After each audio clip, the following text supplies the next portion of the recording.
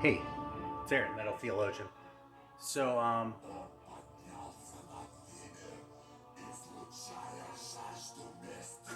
Fucking awesome. Yeah, so this is what I'm looking to hype today. Got a couple here I'm looking to hype today, but this one's kind of blowing my mind at the moment. Yeah, this fucking record by Kruger, like Freddy Krueger.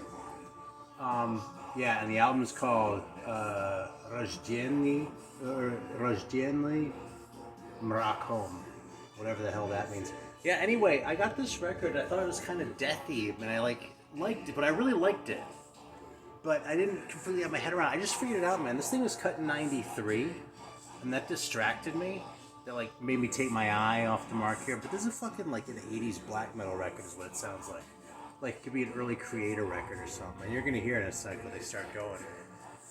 But the other thing is that this ties in with the contest for Bananas. We were talking about records that I bought based on the covers. Dude, that was all I needed to see. And just in case, I mean, look at that. Fucking titles and shit. Like the intimidating Cyrillic. Yeah, man. I didn't have to think about this at all. I'm telling you guys, too, the shit's cheap. You just have to order it from Russia, you know? But, like, if you're willing to spend $15 to ship it, you can get this for less than $20. You know? Get a few of them to sort of combine and get a big pack and shit. And, like, you know, sometime you're going to treat yourself. Instead of getting, like, 2 records from, like, me, get, like, half a dozen from some guy in Russia. Yeah, I've still been selling a few records. And that's going fine. It's something really stupid earlier this week. I fucking sold a bunch of shit on eBay and like didn't have enough mailers. I just didn't realize it. It was like, you know, it was eating at me all week. But I finally got all that shit out today, so not that anyone gives a shit. This is up next. You know, this might be my favorite of the latter day Pentagram albums. You know, like the post '70s shit. So including like, you know, well, I should have pulled out that first one, but the first one, which also got reissued as Wrestling or. Why is my brain going shit today? Relentless. Anyway, yeah, so this is probably going to go on in a minute. This is a Black Widow pressing of this. It's been reissued a couple times since. It's a really cool record. Listen to this. See, it's fast. And it's kind of technical, too. Like, there are parts that are pretty complicated, you know what I mean? Like, I don't think Sodom could have played this in their early days, you know? But it's like, this is totally late for this kind of black metal, you know what I mean?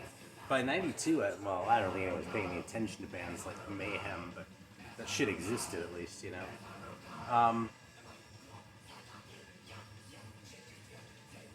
But yeah, I mean, it makes sense because like shit just happened a little bit later over there. Like Jesus metal and Russian shit are why I have as many like '90s records as I do for like this kind of metal. You know what I'm saying? Like if it's stoner shit, that's a different story anyway. But for this kind of metal, like almost everything I have is '80s, unless it's Russian or Jesus. Well, Eastern Bloc generally, but especially Russian or Jesus. Then it goes up to like '94 or something because they were still like it just clicked. You know what I mean? Those bands are making really good metal records in the early '90s, and everyone else had kind of moved on to the next thing. So I salute them for that. I mean, it's funny, right? It's sort of an accident of history, but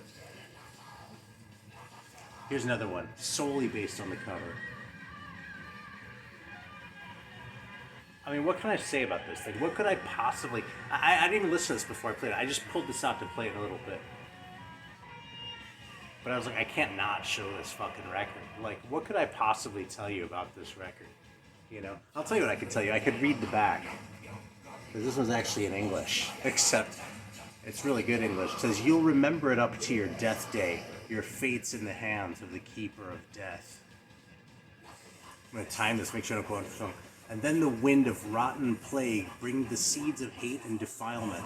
All your friends are dead. You see, stick in back of your babe and brain suckers, spiders make their fatal job. You see how people who's gone many years ago rise again. You wake up in cold sweat and understand it's only your nightmare, but it comes to you every night. But Night of the Living Dead will has come yet. Yeah. Well, fuck it. You'll remember it up to your death day. Then you'll understand you're nothing. You're nobody. Because your fate's in the hands of the keeper of death. He lives in the black castle that's in the world of phantasm. I swear I couldn't write this, man. Sometimes you'll come there. You'll knock at the gates of this castle, and he's been waiting for you a long time. Don't forget to say to him, "Good darkness, Mr. Grave Digger."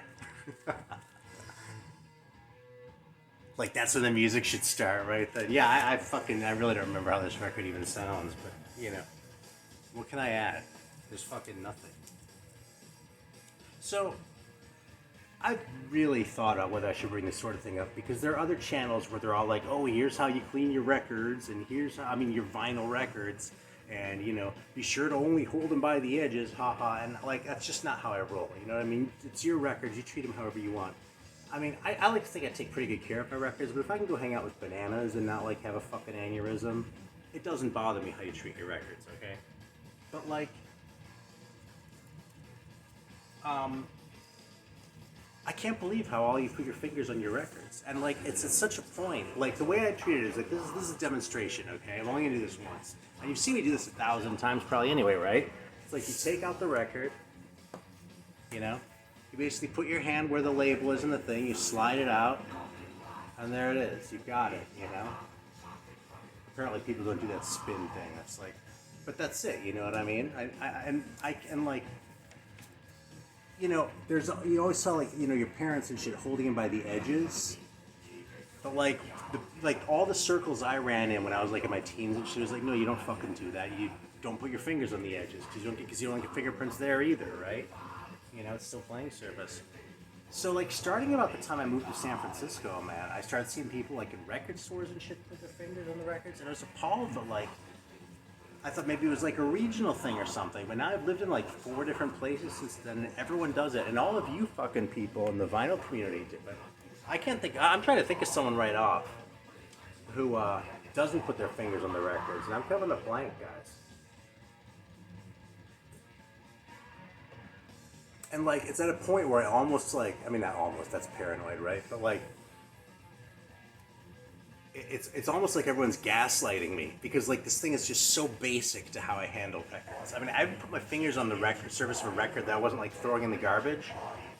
I can't even remember, since I was maybe 14, if that, So, like, like, for all of a sudden, like, everybody I associate with to all, like, be cool putting their fingers on the edges is just, like, this surreal thing, So, again, I'm not bitching anybody out. I really don't give a shit. I don't have a dollar thing. It's just, it's just weird to me,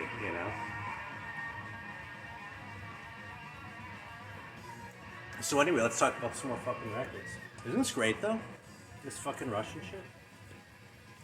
So, yeah, there are actually 2 specific ones I pulled out that I kind of wanted to hype, man. Well, I'm probably going to play both. First one's Joe Step. Maybe I'll do that and then show a couple covers. And then, I'll let it play for a bit and then we'll come back around.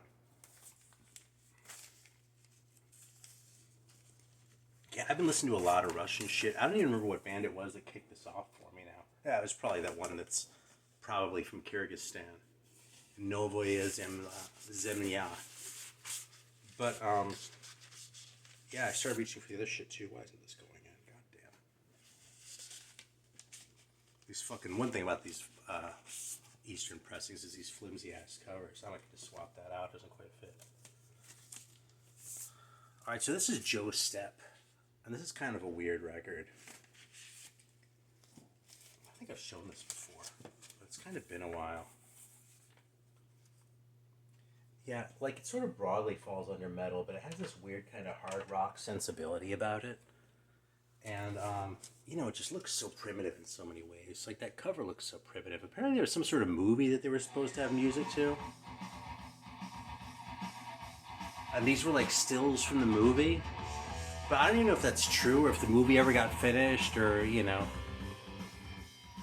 Yes, there's that, and there's that. And that's really about all I know about Joe Step. I have no idea who this is. But it's pretty rocket, isn't it? Real amateurish.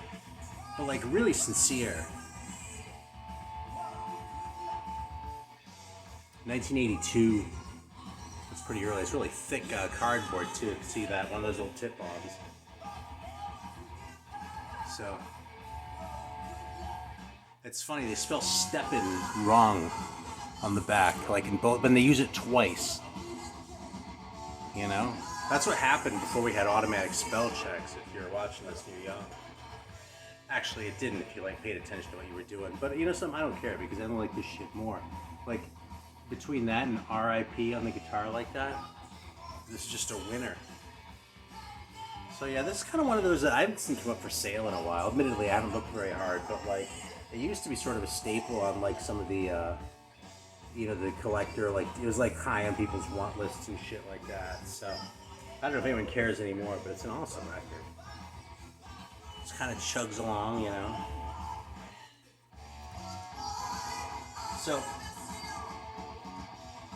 yeah, I like to show them the shit, you know, like to tell you all when I'm listening to obvious shit too, you know, because it's not like I just sit here and only listen to shit no one else has ever heard of. So, you probably briefly saw this when I was, you know, doing my little demonstration and shit there earlier, but I fucking played Restless and Wild.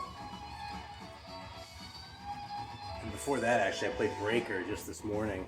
So, I love these. I kind of held out for the Brain pressings, because I find it so funny that these were on Brain. Such an awesome picture of Udo right there, too. But yeah, check that out.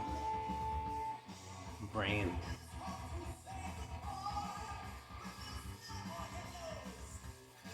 I mean, I'm way too, like, close to metal to sit around and, like, call it stupid or anything like that. But if I were going to start a metal label, I probably wouldn't call it Brain. And obviously I know about the history of Brain Records, right? It's like a funny little thing, like... I mean, if you know my channel, you're not going to come and, like, start explaining to me about the Brain label, but in just case you're new, it's cool. But, yeah, it's a funny little accident of history, man. It makes me really happy. Here's another Russian one I bought based on the cover. This one, what this one has in common with the one from Kyrgyzstan is that I have never seen anything, frankly, printed in a Latin alphabet about either of these bands. So I don't know anything, man. You know, I can sound the shit out, but I can't, like, read it. You know what I mean? Like, I know a couple words. Like, this says, this right there, that says zombie. But Pautina, I don't know what that means. I think it means like a spider web or something, but that's, I looked up that word. But look at that fucking cover, man. Isn't that amazing? I mean, my God. And this is another one that no one seems to give a shit about over there. It's less than 20 bucks. And it's a cool record, man. Like, it's not as hard as that Kruger one I was playing before. It's more like committed metal than this, though. It doesn't have like the hard rockiness. I almost want to say it has a little bit of a commercial flourish, but if I even like hint at that, it kind of gives you the wrong idea. It's more like there was a vague sort of awareness of that, but not really a prayer of actually making it happen, you know what I mean? Like, it doesn't sacrifice anything in sincerity, you know? It's a really cool record, man. Pautina. Zombie. Seems like something Renee would show. Holspa Metal, in case you're not subscribed. I hope you are. Speaking of other guys, actually, I pulled this one out earlier. I was going through, just like, you know, recommended and shit, and the video of Jurgen's came up, Jurgen Allman, and it was like talking about Laz Rocket, and I was like, oh shit, I need to pull some of this shit out. I realized they only have this one, but I really enjoy playing it, man. It's speedier than I think. I always think this band is going to be a little bit glammier, because I don't know, the Barbarella thing, you know what I mean? Or maybe it's just because they don't really look that tough, you know, like compared to what the thrash bands are looking like. But this record is hard, man. It really is. I mean, it's not Slayer, but it's like, you know, it's no less committed than Metallica was at this point in time, you know what I mean? As far as the speed and the raw heaviness of it. So yeah, Laz Rocket, man, don't let the kind of shitty name put you off, because it's a great record. Oh, here's a little tip of the hat to Merciful Metal, too. He put me onto this one, okay? August. Or August, I think is. No, so these guys are actually on Melodia. So, yeah. What's it called? Otvietny Udar. I don't know what that means. This now is a lot cheesier, okay? This is like, maybe Pautina listened to that, and like, they like went on a big bender and they were like, we're gonna sound like that or something. They wrote their album, and then like they sobered up and they were like, oh, what the fuck are we doing, man? And they like redid everything and like made it more rockin' and shit, you know what I mean? Because this is just fucking, I mean, this is as corny as an Angel record, okay? But it's awesome. You can handle it, and I'll tell you something. This really isn't fair, but you know, it's on Melodia, right? It's not on, you know, Elektra. There's something about it when you take this kind of shit, even though the intentions are super like, you know, sort of pomp rock, like, I mean, it's really not AOR, you know what I mean? I don't want to make it sound, I don't want to sound it too much. It's definitely a heavy metal record, but like with the grandiose keyboards and shit, it's like they're pulling all these moves out from, I don't know, like what could be commercial if they'd had a bigger production budget, but as it is, man, it just sounds great. So we're gonna move on to the next one now. The next one's gonna be Triple Forte. How about this one, man? Look at these fucking guys. Yeah, man, this is my kind of record right here. So, yeah, that's Joe Step. You know, it's not the greatest thing ever. You know what I mean? I'm not saying you should go out and like get this at any cost, you know, because it's not that great. But it's a fun record. It's definitely a cool record, man. And look at that label. You know, there's like the sort of haplessness about the whole thing. You know, that I just fucking love. It's funny, I don't really feel like I've been listening to a ton of records, but I guess they kind of add up, especially because I've been working at home, right? So I've been listening to a lot of the same records. You know, one thing I found as I get older is I listen to a record, when I pull a record out to listen to it, I listen to it more times before I put it away again than I used to. I don't know what that means. Probably nothing. Yes, I don't remember if this plays at 33 or 45. I'm going to assume 33.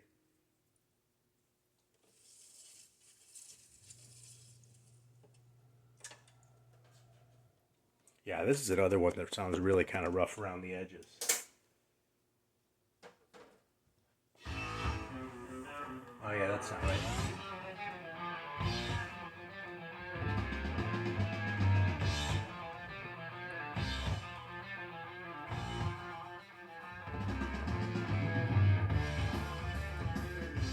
It's a nice riff, isn't it?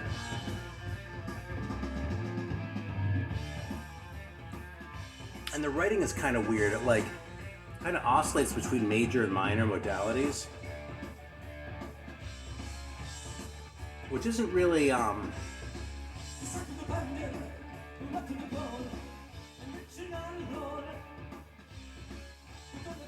It just does it in a weird way to my ears. Maybe it's just me, but you know, it's common to like, you know, for songs to like have major and minor sections, but this one sort of balances on the edge in a way that sounds weird to me. So anyway, yeah, it definitely sounds like, you know, a lot less by way of production budget, you know, this, but dude. I don't know what happened. Triple Forte. 1983, this one is. This is another one with a thick-ass cover. Where are these guys from? Probably Texas, because it was the Monster Records guys who were hyping that shit. Texas or Chicago. I don't actually see any indication on here. Well, it probably says somewhere on the internet, you know, fuck it. Just like it said that other one was from Kyrgyzstan, right?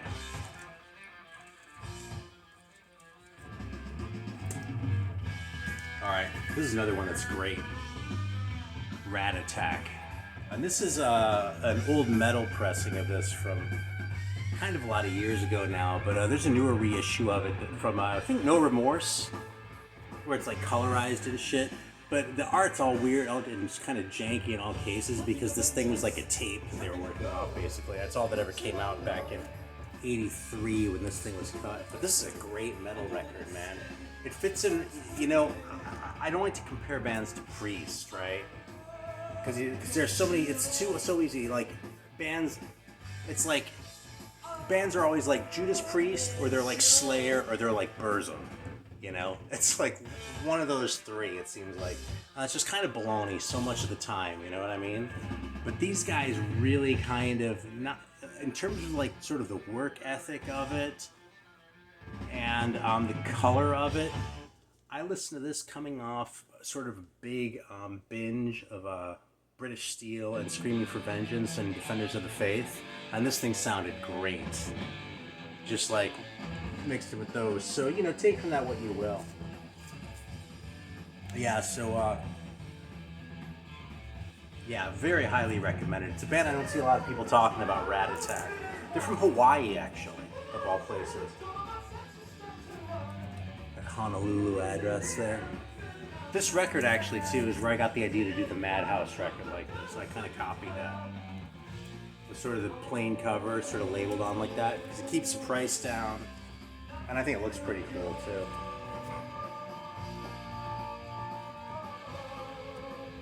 For those of you who have the Madhouse record and know the associated lore. God damn, I forgot about some of these that I was sitting here. How am I doing for time?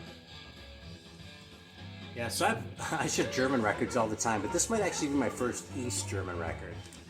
And it's surprisingly kind of poppy sounding, but again, it's kind of raw and a little bit clueless and cool for it, you know? And it's actually sung in German. This might be, I think I have one other metal record that's sung in German from this era, you know? And that one is shitty, but yeah, they're the titles. So yeah, it's on Amiga. Yeah, it's funny. It actually says it made in German Democratic Republic. So yeah, if you're a certain age, fucking East and West Germany is a really real thing, you know? It's surreal in retrospect. But, I don't know, everything seems surreal after 30 years. So what am I going to say? Alright, well I think that's probably enough for today. How am I doing for time here?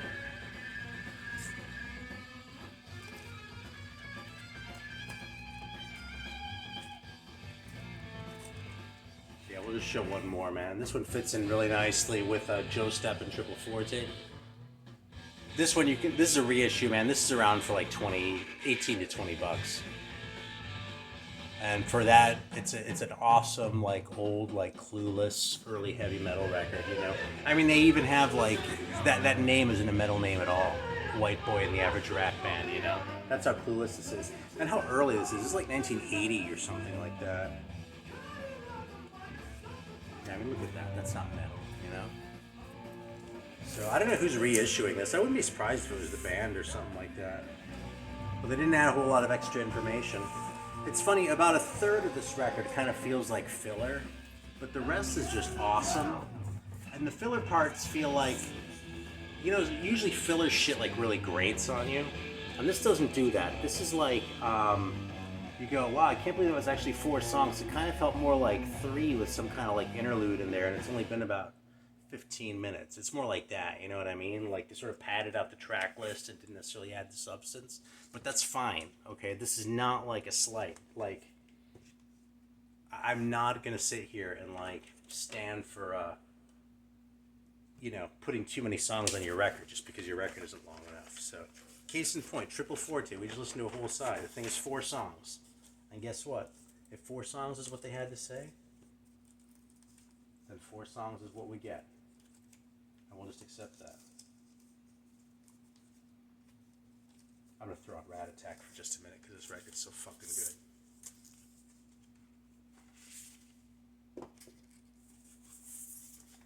good. Be curious how many of y'all have this one.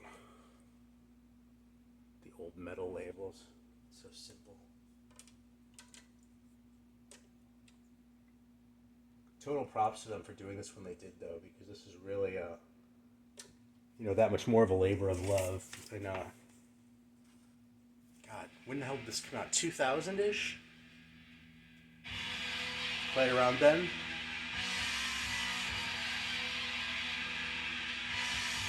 You know why I pulled this out, actually? I was watching a video of someone else's, and I don't remember what it was now, but there was a song that sounded like this to me. with the guitar doing the arpeggio and the main riff like that. Yeah, I don't know if it's coming through at all because it's a little bit, because it's off an old tape. The production, the sound isn't the greatest, but shit, that's gonna bother me. I wish I knew who that was. Actually, I left a comment on the video, so if you see a comment and I say, "Oh, this sounds like Rat Attack," then you solved the mystery. You can come and tell me. I'll just let this go for one more minute, and then we're gonna wrap it up.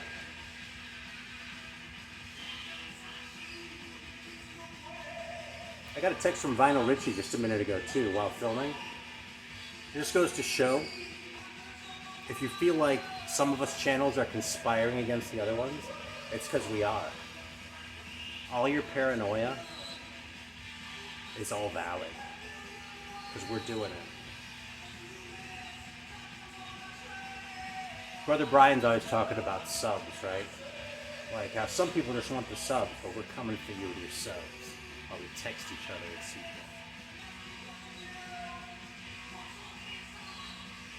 Alright, I love this fucking record. I hope I've conveyed that a little bit. Thanks for tuning in, as always, and yeah, I'm just telling dumb stories now. It's probably time to turn it off. Till next time.